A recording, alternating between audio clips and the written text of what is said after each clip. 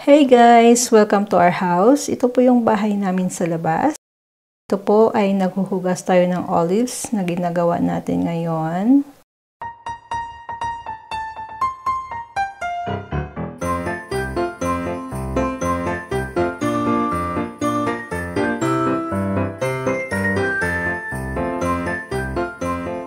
Dito nga po ay nagre-ready na tayo para dalhin natin si Beatrice sa school. At bago tayo umalis, kailangan natin i-check yung mga ilaw sa bahay. At sila po ay nandun na sa sasakyan at ako po ay inaantay na nila. So wala tayong lipstick guys. Sa sasakyan ako naglalagay ng abubot sa mukha. Ito nga po ay sobrang sunshine sa lugar namin.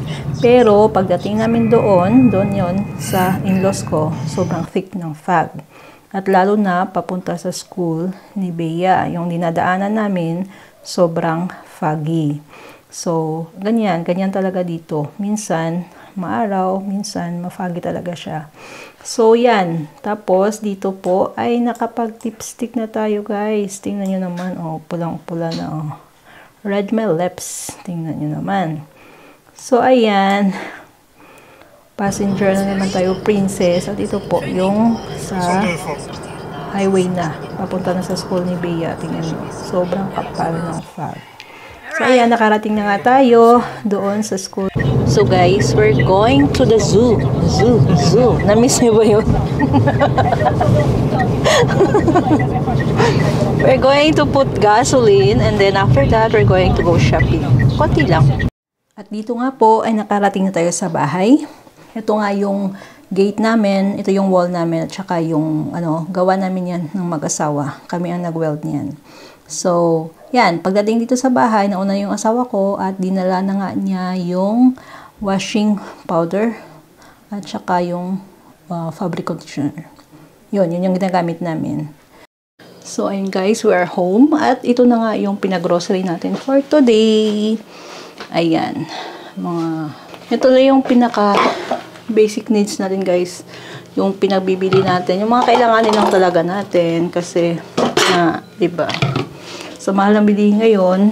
So, yung ating mga binibili ay yung pinakakailanganin lang natin. Yung tinapay pa din. Yan yung sa asawa ko. Tea, we're drinking tea, bread, nuggets, yan, mga ganito, choco. Yan, mga ganyan. At dito nga ay nag-boil ako ng pasta para sa lunch natin. So, unahin natin yung mantika. Minced garlic. Minced onion. At saka yung sliced na ham. Lagyan natin ng konting soy sauce. At saka pepper powder.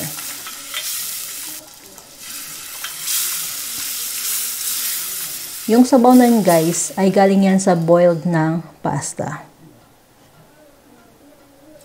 So, lagyan natin ng cream,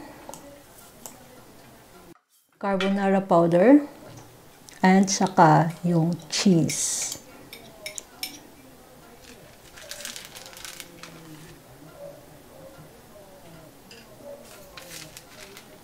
So, lagyan natin ng konting salt guys.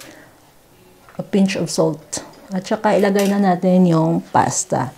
So, ganun lang kasimple ang pagluto ng carbonara natin guys, pang madalian.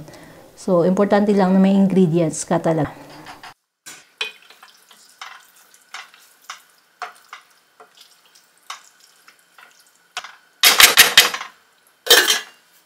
So, ngayon, nag-prepare ako ng plate kasi gagawa nga ako ng ham sandwich. Yung ham sandwich, simple lang din, pang madalian lang din minsan. Pag galing kasi kami sa labas, hindi na ako masyado nagluluto. So, yung mga pangmadalian lang. So, ito yung ham na may cheese at saka yung bread. So, ito na yung lunch natin for today. Carbonara at saka yung ham and cheese sandwich. At today po, ay gumawa din tayo ng banana cake, eggs, at saka ay melted na butter. I-mix natin. At saka maglagay tayo ng 2 na bananas. So, i-smashed it. Huwag naman masyado kasi mamamash din yun pag nag-mix ka. Pag i-mix mo sa mixer. So, ayan. Just mixed it. Ganyan yung consistency niya. Pag medyo hindi masyado ganyan, lagyan nyo lang ng konting milk.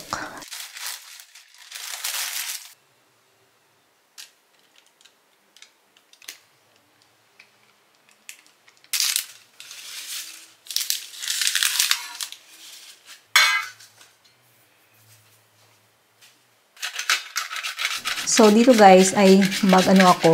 Yan, ginawa ko yan sa chocolate. Wala na akong pang-grind ng mga kung ano ang sinasira ko last time. So, ito na lang yung ginamit ko. Okay naman, effective naman. So, ilagay natin doon. So, ibabaw ng ng butter, ng banana cake, ng banana butter. At yan, ito na yung result ng ating banana cake para for today's dessert. So, yan, dahil nga ay we used to eat naman 3 para sa snacks namin, so nagkape kaming mag-asawa. Bago namin i-pick up si Beatrice. So, guys. Gusto tayo magpakain. Ito tayong in order. So, tingnan natin. Para kasi ito sa sasakyan, kasi nung isang araw, last months, may nag-scratch sa sasakyan namin. Kung, ano ba to? Tingnan natin. Yung scratch.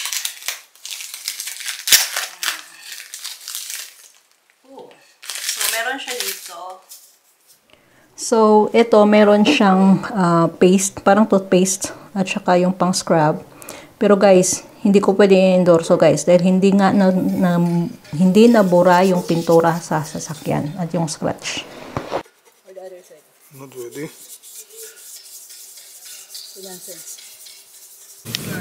Guys, pansin nyo, hindi ako nakadamit. Nagpalit ako ng damit. Kasi nga, yung biglang uulan. Yung weather nag-change suddenly.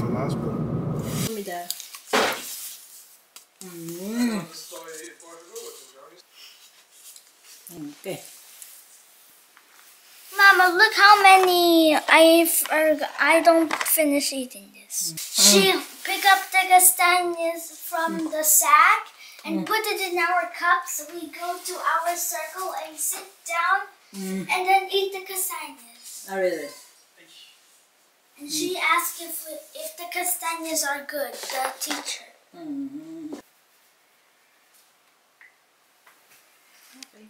Ito nga guys, ay nag-start na tayo maglinis. No, not mag-start. We are already in 1 month of fermenting the olives. So every, in 2 weeks, every 3 days, change ko yung tubig. But this time, every week, pero I put some salt and vinegar. So meron akong video about that, how I fermented the olives para maging olive pickles, matanggal yung bitterness ng olive. So, may process ako doon sa aking videos dito sa YouTube channel. So, ayan. Hugasan na natin. At, i-store again natin. Lagyan natin ng vinegar at saka ng salt. Para matanggal yung bitterness nga. O, diba? Sana all matanggal yung bitterness. Ayan. Ang ganda na niya, no? 1 month na yan, na fermented. Hinuhugasan, guys, kasi nagka-molds yan. So, yan. Let's keep it again for another week.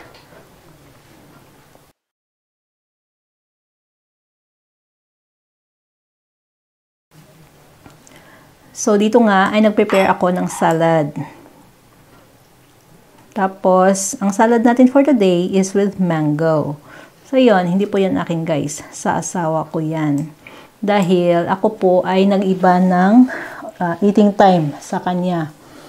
Medyo nagpa-fasting tayo for the past month na. Kasi I feel bloated. So, kailangan ko talaga magpagutom. Hindi naman pagutom, hindi ko feel talaga kumain. So, I only prepare food for my husband for his lunch. So, ito yung salad niya, mango with lettuce. So, dito guys, nag-fry ako ng potatoes para sa asawa ko, para sa lunch niya. And I also cook beef burger para i-pair natin doon sa ating niluluto. So, ayan. So, this is his lunch for today. So, this is his salad, potatoes, fried potatoes, and beef burger. Let's eat.